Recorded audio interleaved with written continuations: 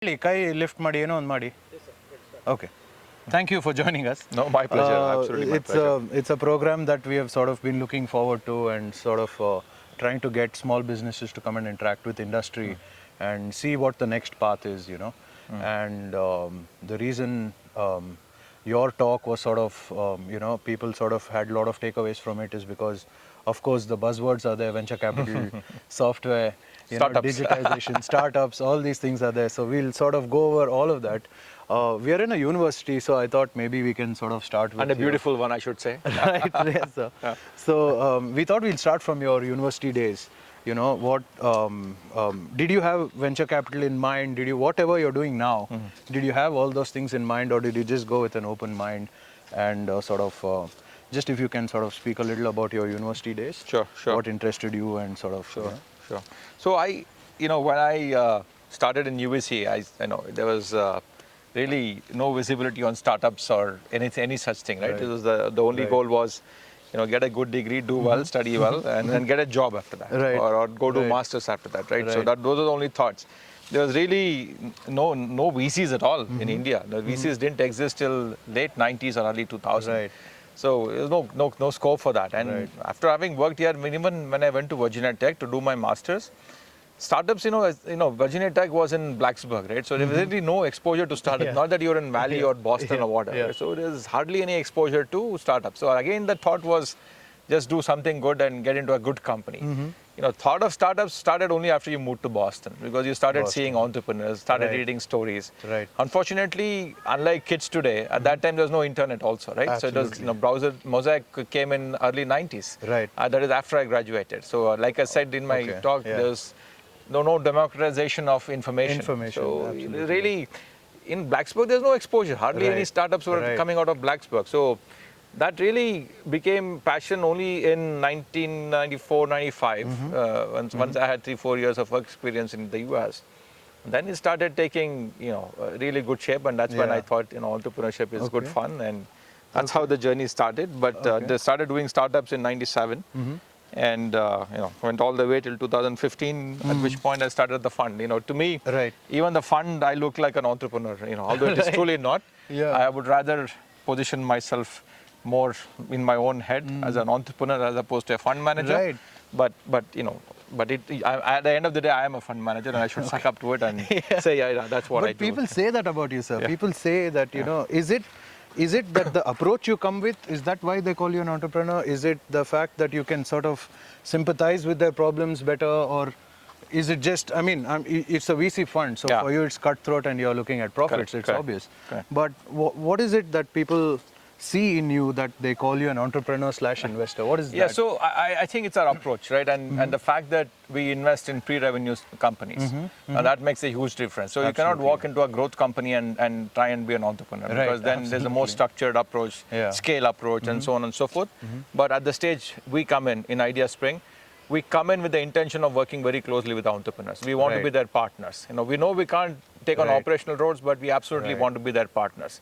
And the fact that our fund is filled with entrepreneurs, right? So I have been part of 3 startups. My CTO has been part of 3 startups. Aryan Patni, he is from the Patni Computers. He has been part of a huge startup. So our whole mentality, our outlook is hence towards the entrepreneurs, as you say, having empathy. But at the same time, with our experience, we also realize governance and fiscal discipline are equally important, right? So we are empathetic and sympathetic where we have to be, but where we have to be disciplined, we are disciplined, because without this, there's really no startup, right? So, and that's the experience that all these gray hairs that we have on our head brings in, and that's what we do. And that's why it's been fun, because although we are fund managers, we really like to stay on the entrepreneurial side of the business as much as possible. But we know that having raised money from LPs, it's our absolute business to give as good returns as possible to our LPs, right? So the goals have to be balanced the right way.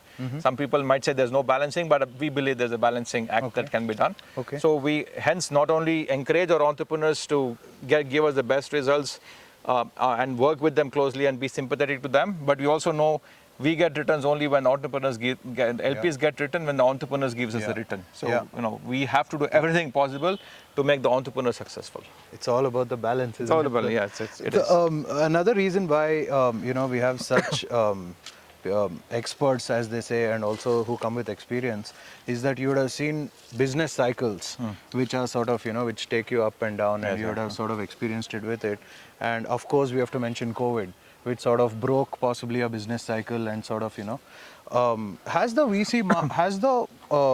VC sort of ecosystem changed? Have investors' approach to VC changed, or have VCs changed their approach towards entrepreneurs, or any other change in the ecosystem that's significant and that could stay, or like a knee-jerk reaction? If you could sort of look, I've seen multiple dips in my journey, right? Professional journey. 1999 bust. Absolutely. 2003 telecom bust.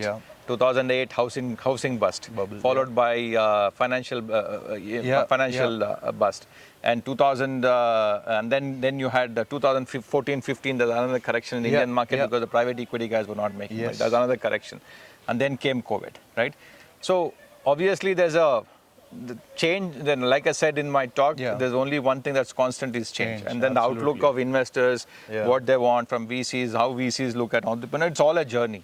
You have to be open to it. You have to figure out what the trends are, and work to it, right? Because even as VCs, we have to innovate ourselves. Absolutely. Currently I say, look, I think there's a sweet spot for pre-revenue product innovation companies in India.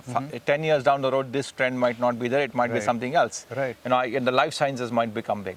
So it's our job, hence, to always stay open, look for trends, and be honest, and then and then absorb as much as we can, and then make the necessary changes as we evolve. I mean, it's not that you have to have knee-jerk reactions. I'm not a big believer in knee-jerk reactions, but over a period of time, you have to assume that there will be change. You cannot just be fixated. And we tell our startups, right? Be ready to pivot as and when required. And the same rule applies to us. We are no different from anybody else. Absolutely. Sir, and now very interestingly, one of the things that we noticed is that it's such a wide range of participants in the class, like I was telling you earlier. While somebody wants to understand more and sort of think of investing into a venture capital fund, in the same classroom there's also a doubt which came up, which said, what is SaaS?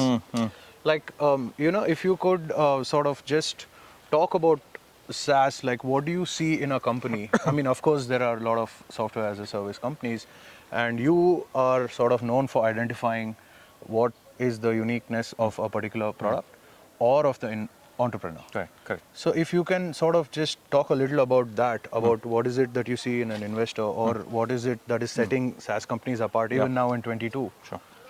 So I think there are 4 or 5 fundamental things we look at very closely. To start with is the founders. Right. Like, founders, the experience they bring, the passion they have. Like I always say, entrepreneurs are mad guys, right? Because you got to be your best critic. You have to face all the challenges. You have to stay positive. You're taking financial risk. You're taking risk for other people who are employees, and very, very hard game. Right. So whatever best we can do to see if this person or this entrepreneur has those capabilities is the number one thing, right? Because it's a very, very hard game you're playing when you're the founder. And typically, hence we say it's always better to have a team. Anywhere from 2 to 4 is ideal in terms of founding team. That is one. And the second one we look at is, do they understand the problem they are trying to solve? And how relevant it is in the industry. That is something that we learn from the entrepreneur, and we talk to our connects in the industry to say how relevant this problem is. That is something we try and understand. We do a good, thorough job of that. And then we look at, do we have a visibility for this company to make at least 10 million revenue? Us being a small fund, we can say 10 million is a good target for us. Is it like a proof of concept, or no, you feel over like a period of 4 to our thesis says, can this company make 4 to 7 years, can they make 8 to 10 million revenue? Right. So that's do you look at how does proof of concept play a part here? Because proof of concept is one point in this journey. Right. So we normally don't invest in companies that don't have something to show.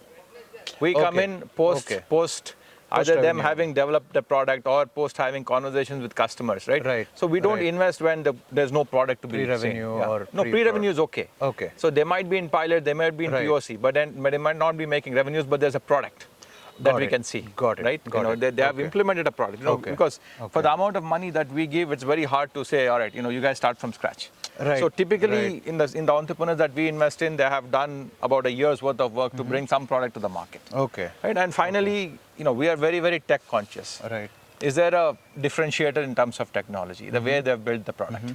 What does it take for somebody else to copy this, year or two? 2 years, it's okay, because most of the products that we, that we look at or we invest in, somebody else can develop it. Google or Facebook can develop it, but they will not do it for other reasons. Okay. Or even if they do it, they'll not be able to bring it to the market for other reasons. So that's what. So these are some of the things we look for. And finally, and do the entrepreneurs want to take money from us? Do they value us? No, that's very, very important, right? Yeah. If it's just the money, it doesn't excite us. That actually brings me to the next question.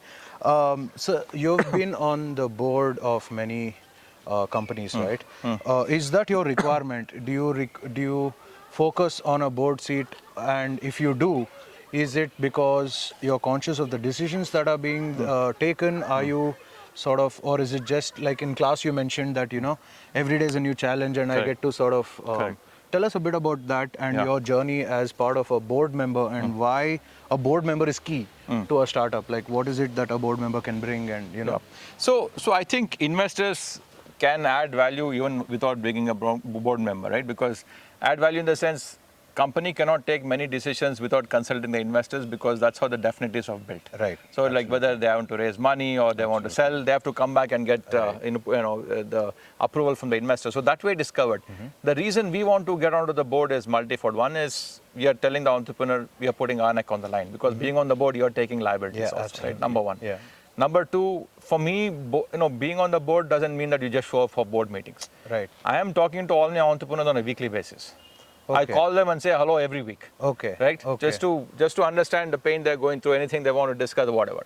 And on top of it, every month we have a review.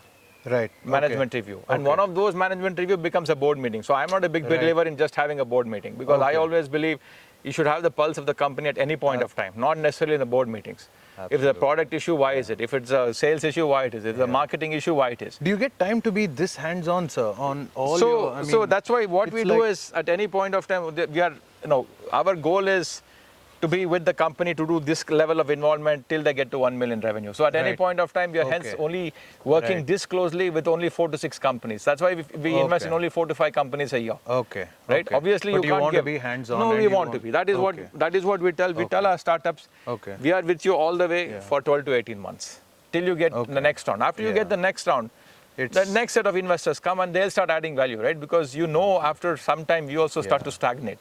We'll tell the founders the same things that we have been telling them for some time, because we are not geniuses. We can't think of new things all the time. Right.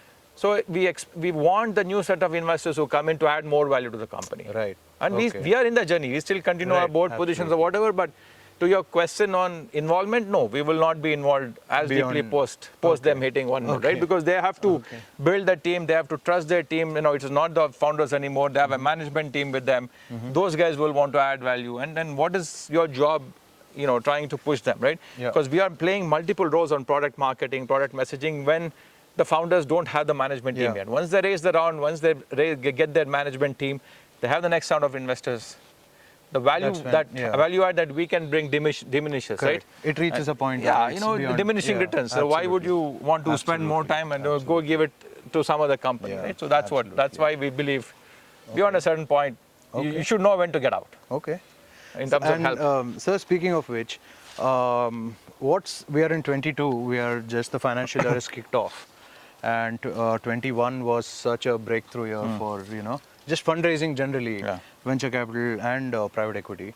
And also I want to touch upon the budget. This is actually our last question. We are coming to the end, but I just want to touch on the budget as well. We saw some policy, some framework, some attempt from the government in 22, and it was appreciated. You also came out and said, and you spoke for it. If you could sort of just throw some light on that. So I think the good news is the government is recognizing that PE and VC play an important role in the economy, and they are now looking at policies specifically for these industries. Right. That said, there's still a lot of work to be done. One of my largest concerns as of today is every startup, every 2 out of 3 startups that I'm talking about is domiciled outside of India. For tax reasons, for M&A reasons, for next round reasons, and for ease of business. And I think we need to recognize that because you need to know that once they domicile outside of India, if they get bought, the money stays outside of India, doesn't come back to India. And that's a very dangerous trend. It has gone up from 1 in 3 to 2 in 3 now, right? In the past 3 years, which I don't like. It's a very, because we are AIF wanting to invest in Indian startups, wanting to invest in Indian founders. But when you see all of them are domiciling outside, it paints. But, it is what it is. So they're encouraging science in the budget to recognize the industry, to make it more tax efficient, to make it more IP efficient, and so on and so forth. But the trend is not encouraging though at this time.